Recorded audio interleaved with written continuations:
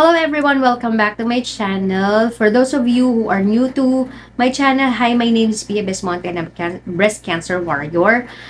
For today ay may importante ako i-discuss at siguro kaya ka napunta sa video na to dahil interesado ka malaman kung ano ang mga ito. I was planning na mag-film kanina sa balay kaya lang medyo umuulan. So dito na lang. At kung naririnig nyo man ang background ng ulan, pasensya na kayo. Medyo nag-decide ang ulan na sumabay sa akin ngayon. For today, kita nyo naman sa title, these are the things that I wish I knew that could have lessened the risk or baka nga hindi ako nagkaroon ng sakit na breast cancer to begin with. Just a full disclaimer, I am not an expert. Itong mga sasabihin ko sa inyo, own listahan lang naman. Pero bunga ito ng mga aking pagre-research, ng guidance ng aking doctors, at yung experience ko. Now, kung matatandaan nyo, kung nakapanood na kayo ng previous videos ko, syempre, di ba, pagkakaroon ko ng breast cancer, parang binalikan ko kung ano yung mga nangyari sa buhay ko, kung ano yung mga pinaggagawa ko at hindi ko mga pinaggagawa. And dun nga, natuntun ko yung mga bagay na nag-cause sa akin ng sakit na ito. And I am willing to share this to everyone so that you could lessen the risk of cancer, or kung sakali man na ikaw ay kagaya ko na breast cancer warrior, of course, unti-unti ay maiaayos mo ang sistema ng iyong katawan. Ako naman ginagawa ko rin ito, hindi lamang para sa sarili ko, of course, kundi para sa pamilya ko dahil I want them to not have that risk na magkaroon ng cancer because of the lifestyle. This is in no particular order, but everything is very important. Sana natin, number 1 ay hydration or dehydration. As someone who is being constantly reminded ng mga tao sa paligid ko na uminom ako ng tubig dahil mahina ako uminom ng tubig, sa isang araw siguro, sobrang lala. Dati halos 3 baso lang ng tubig ang nakukonsume ko, 1 every after meal. And then the rest of the day, juice, soft drinks, coffee, basta may lasa. I need something na may lasa, hindi ko kaya ang tubig. Now, it is very important to have sufficient water in our bodies. Kahit sinong doktor naman sasabihin, uminom ng maraming tubig. Magkaroon ka ng sakit ng ulo, uminom ka ng maraming tubig. Meron kang lagnat, may sipon, may ubo, uminom ng maraming tubig. Bakit kaya lagi yun ang sinasabi? Kasi totoo naman pala, water plays a very important role para maiayos ang sistema ng katawan. So, without sufficient water, ang ating metabolic process, nutrient transport, immune factor transport, waste removal, and a lot of things ay hindi mangyayari or hindi magaganap sa katawan mo kung kulang ang tubig. So, you could just imagine paano yung mga ganong, di ba? Yung mga ganong ganap.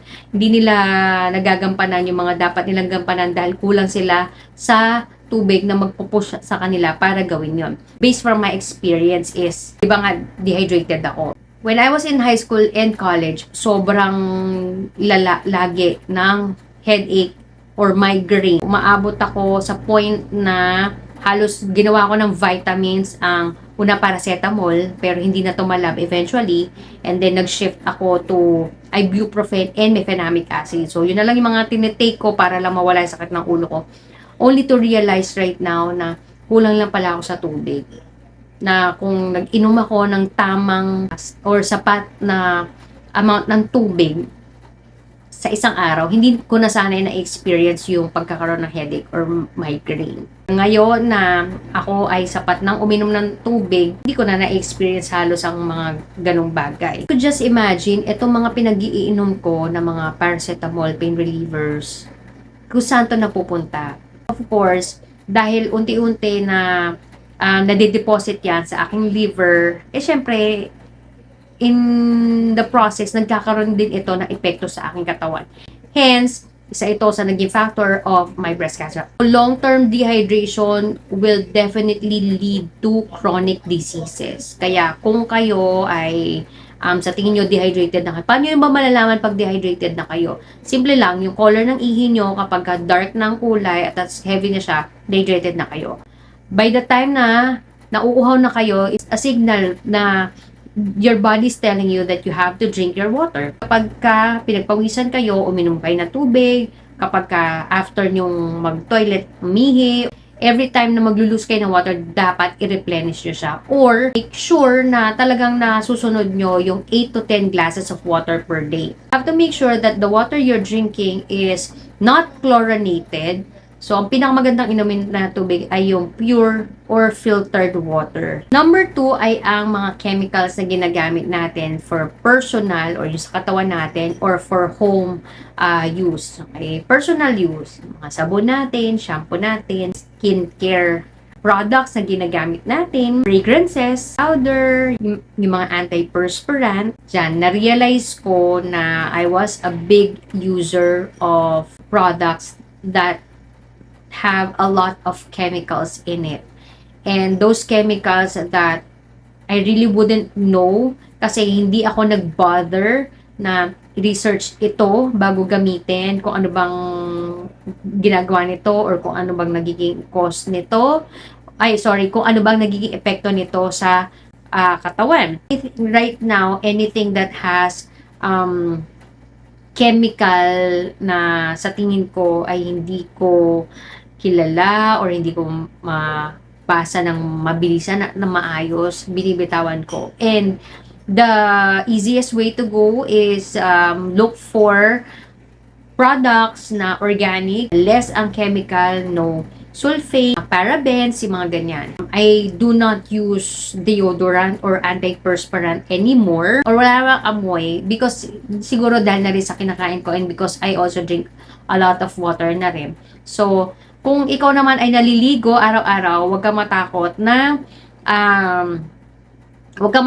na tag dito mapawisan kasi hindi ka naman mamamaho kung maliligo ka ng maayos at ng tama. Antiperspirant ko, syempre nabablock yung pores na kailangan labasan ng mga pawis which are toxins sa katawan. Dating na kung makapag-skincare routine ako, grabe, ang dami-dami kong pinapayad sa pagmumukha ko. Kaya na-realize ko na oo nga, ang skin natin, ina-absorb niya tong lahat and it's a big organ in the body para lagyan mo ng kung ano-anong chemical yan. For those of you who are asking me kung ano na ba ang skincare routine ko, wala na, sabon na lang talaga. Kung ano yung sabon ko sa mukha ko, yun ang gamit ko sa buong katawan ko. And shampoo. It's not sponsored, pero nahanap ko yung Be Organics sa Blue App or L Shop. And so far, yun pa lang yung nakita ko na pinaka-okay para sa akin in terms of its being organic. Okay naman, hindi naman ako nagkakaroon ng anything sa mukha ko or sa buhok. In fact, itong hair ko, sobrang bilis niyang tumubo. Ang gamit ko yung Be Organics na VCO shampoo. Yun. Hindi na rin ako naglo-lotion.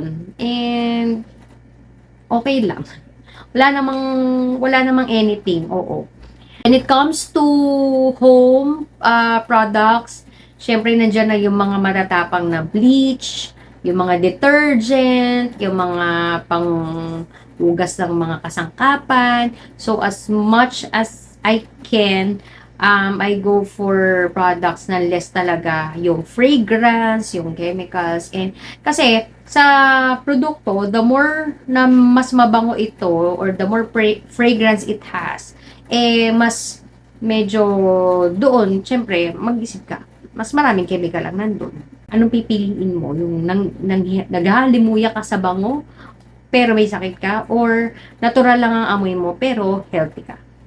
Pang number 3 ko ay ang rest. So, hindi lang tayo nag-uusap dito ng 7 hours of sleep, 6 hours of sleep, but the quality and the time that you should be resting. Kasi ako, bukod sa nagtrabaho ako sa BPO industry na graveyard, tapos after that, hindi naman ako nakakatulog ng agad-agad, na-deprive talaga ako ng maayos at sapat na tulog. Kahit bata pa ako, kahit nung teenager ako, primerang puyatera ako. Kadagdag siya sa factor kung bakit ako nagkaroon ng sakit ngayon.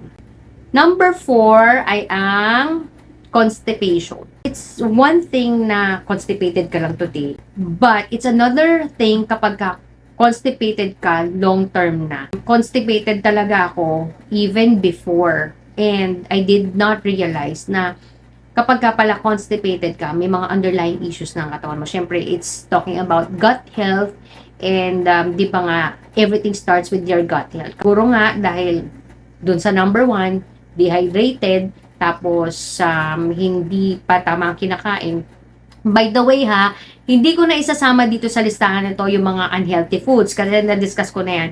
And alam naman natin lahat yan, unhealthy foods, processed foods, sweet foods, mga ultra-processed, mga ganyan. Alam na natin yan, hindi na natin kailangan pa i-discuss yan. And plus yung mga masasamang bisyo sa katawan, kasama na rin yan doon. Hindi ko na yan isasama dito. Ito lang yung mga bagay na hindi ko na-realize na nagko-contribute na pala sa pagkakasakit ko. Balik tayo sa constipation. So, ang mainam talaga is once you're constipated, you go back to your gut health. Ayusin ang gut health, kumain ng mga food na high in fiber at yung mga fermented foods like yogurt, 'di ba? Yung mga ganyang klase na pagkain para maiayos ang iyong gut health. Kung kinakailangan na magpa-detox ka. Kasi ako, nagpa-detox ako twice doon nga sa aking mga doctor sa Dr. Hash Wellness Center. Twice na ako nagpa-liver detox doon. And so far, I know that it helped me a lot when it comes to my liver and gut health. Number 5 ay ang inactive body or lack of physical activity. Yes, kala natin, 'di ba? Especially now, this time and age of social media, cellphone, nood ng TV, Netflix and chill, yung mga ganyan. Nakukulangan talaga tayo sa physical activity. When I transition to adult, hindi na ako nagkaroon ng physical activity, hindi na ako naglalaro ng mga sports, tapos hindi naman ako madalas or regular nag-exercise, diba? Tapos dahil doon hindi ako nagpapawis. Actually, isa yan sa mga tinanong ng doktor ko, nagpapawis ka ba? Sabi ko, hindi po. And I remember nung time na dalaga ako or adult na ako, proud na proud ako na hindi ako nagpapawis kasi nga syempre hindi ako namamahoy, hindi ako punas ng punas, hindi ako na problema sa ano mo yon, yung mga basang damit dahil sa pawis. Proud na proud pa ako noon.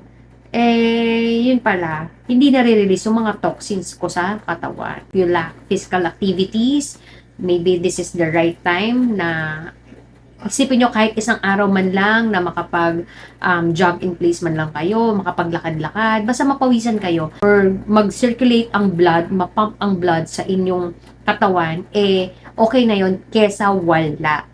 Number 6, malapit na tayo, ay ang personal or household things. Ito ay yung mga tipong ikaw mahilig ka uminom ng iyong favorite na inumin or tubig, sabihin na natin tubig. Tapos, ang ginagamit mong inuman ay hindi BPA free o yung nagre-release ng mga toxin. Halimbawa, yung disposable na bottle, pero ilang beses mo nang nirefillan ng tubig yun. Di ba sabi nga, isang beses lang noon kasi nagre-release nga yun ng bad chemical. Pag gamit nyo sa bahay, naglulutuan mo pa rin ba yung non-stick na Teflon nyo na nagasgasan na at halos matanggal na nga yung pinaka coating niya, ginagamit nyo pa rin. So yan, sobrang totoo po na masama sa health yan at nagkukos yan ng cancer. Kaya kung ang inyong mga pans and pots ay yung mga non-stick, yung may mga non-stick coating, tapos medyo na kahit konting scratch man lang siya, sorry to say, but you have to choose kung yung bang mga pots and pans na yun or yung health nyo. Kasi ako, when I learned about that, pinalitan ko na yung mga gamit namin sa bahay na lutuan. We shifted to good quality stainless steel na mga pots and pans. And also, halimbawa, di ba, mahilig kang uminom ng kape sa mga coffee shop. Tapos, ang drink mo nando sa mga paper cup. Naggawa ako ng video about it. So, before you order your hot drink, make sure na magstay ka dun sa coffee shop na lang na yon, uminom ka dun sa kanilang ceramic na mug, or magdala ka ng mug or cup, tumblers na safe gamitin sa mga hot or cold drinks. Isa pa ay ang microwave. Ikaw ba ay mahilig mag-init ng food or magluto ng food sa microwave? There are research na nagli-link sa radiation ng microwave to certain diseases like cancer. Wala akong microwave dito sa bahay, pero dati kapag nagtatrabaho ako sa opisina, gamit ako ng microwave kasi gusto ko medyo mainit ang aking food. Number 7 ay ang foods that I thought were healthy but definitely not. Okay. Umpisa natin doon sa mga obvious. Punta ka sa grocery, makita mo yung products. Merong mga enriched with vitamins A, C, and E. Kaya fortified with iron, zinc, and whatever, calcium, ganyan. Or yung mga products na commercial to make bones strong and healthy, mga ganon. Maging mapanuri tayo na consumer, not because the products or the commercial ay nagsabi ng ganon, ganon na nga. I-check mo muna, ano ba ang ingredients? Okay? Ano ba yung mga sinasabi doon sa listahan ng mga ingredients? Kapag ito, again, kapag ang product, ang mga ingredients na nakalista, hindi mo na mabasa at puro codes na lang like E50012, yung mga ganon, yung mga food coloring, sagana sa food coloring, sagana sa preservative, sagana sa MSG, ganyan, bitawan nyo na po yan. Kasi, it is not good or it will not do good sa inyong katawan. Pagdating sa gulay, yes, meron pa rin mga gulay na kailangan yung iwasan. Hindi porket gulay, good yan sa katawan. Bakit ko nasabi? Bibili ka ng gulay. Ang ganda ng gulay. Fresh na fresh.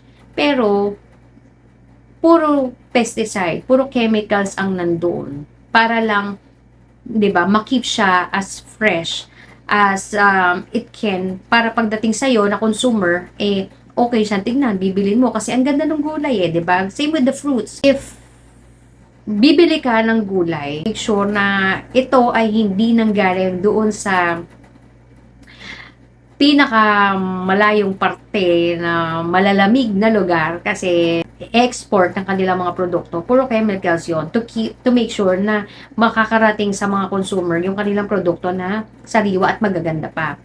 If you don't have the means na makapagtanim at makapag-ani ng sarili nyong gulay, check nyo na lang sa mga local markets, mga local sa local area nyo kung saan kayo makakakuha ng mga gulay na sa kalapit lang. If not, then best option is to make sure that yung mga gulay na to is matatalupan yung mahugasan yung maigi. Kami, one thing that we do is binababad na lang muna namin sa tubig na may asin yung mga gulay before lutuin para lang just to mabawasan ba yung mga chemicals na nandoon kung sakasakali man na ito ay galing sa lugar na winisikan sila ng mga chemicals. Punta tayo sa isda. Hindi lahat ng isda healthy. Hindi lahat ng isda okay sa katawan. Because there are those that we call farmed fishes. And unfortunately, favorite ko pa naman yung isa doon. Masarap sila. Okay? Paborito natin sila. Common sila sa mga palengke. Pero, yung mga farmed fish na to, unfortunately, napapakain sila ng mga feeds, which, para sa atin, ay hindi yun makakabuti. Okay? So, mga farmed fishes, ay search nyo na lang kung ano yung mga yon. Yan, baka, yun. Mas makakabuti talaga na ang bibilin yung mga isda ay yung mga wild caught fish. Meat. Okay? Ako, kinakain ko ay local beef. Kung merong goat na available, goat. Yun. Pero kapag sa meat, o yung karne ng baka, ang lagi kong tinatanong, saan nanggaling? If it's a local meat na galing lang dyan sa ating Pampanga, Bulacan, ganyan, yon. Yun yung mga binibili ko. But, kapag ito ay imported na at galing na to sa mga, ah, kumbaga sa tinatawag na industrial um, farming, yung mga beef at saka yung mga chicken, ganyan. Yun. Well, for now limited pa rin ang chicken ko nga. Like I said in my previous video, unless it's native, yung hindi napakain ng feeds, hindi naturukan ng kung ano-anong steroid, hindi naturukan ng kung ano-anong mga antibiotics. Yon, hindi ako kumakain. Hindi ako pwedeng kumain noon. Pwede once a month. So, yun yung aking cheat day for the chicken. Well, that's about it sa listahan na ibinigay ko sa inyo. I hope na nakatulong ito. I just want also to give credits to this book. Yan. Bigay ito ng aking doctor from Dr. Hash Wellness Center. And isa ito sa mga pinagkukunan ko ng information. Ayan, bukod sa kanila, sa Dr. Hash Wellness Center, na nag-guide sa akin sa mga dapat kong kainin, dapat kong gawin, mga activities or mga kailangan ko iwasan. Ayun, itong book na to nakatulong talaga sa akin. Yes, you can prevent and control cancer. Personal Journal for Daily Living Total Wellbeing by Christine E.V. Gonzalez. Yan. Sa inyong mga viewers, comment lang kayo kung ano pa yung mga information na gusto nyong malaman. Hopefully, makatulong ako. And if you like this video, please give this a thumbs up. At kung hindi ka pa subscriber ng channel to, please subscribe na by clicking on the subscribe button. At hit mo na rin yung notification bell para updated ka sa aking mga videos. And until my next one. Bye!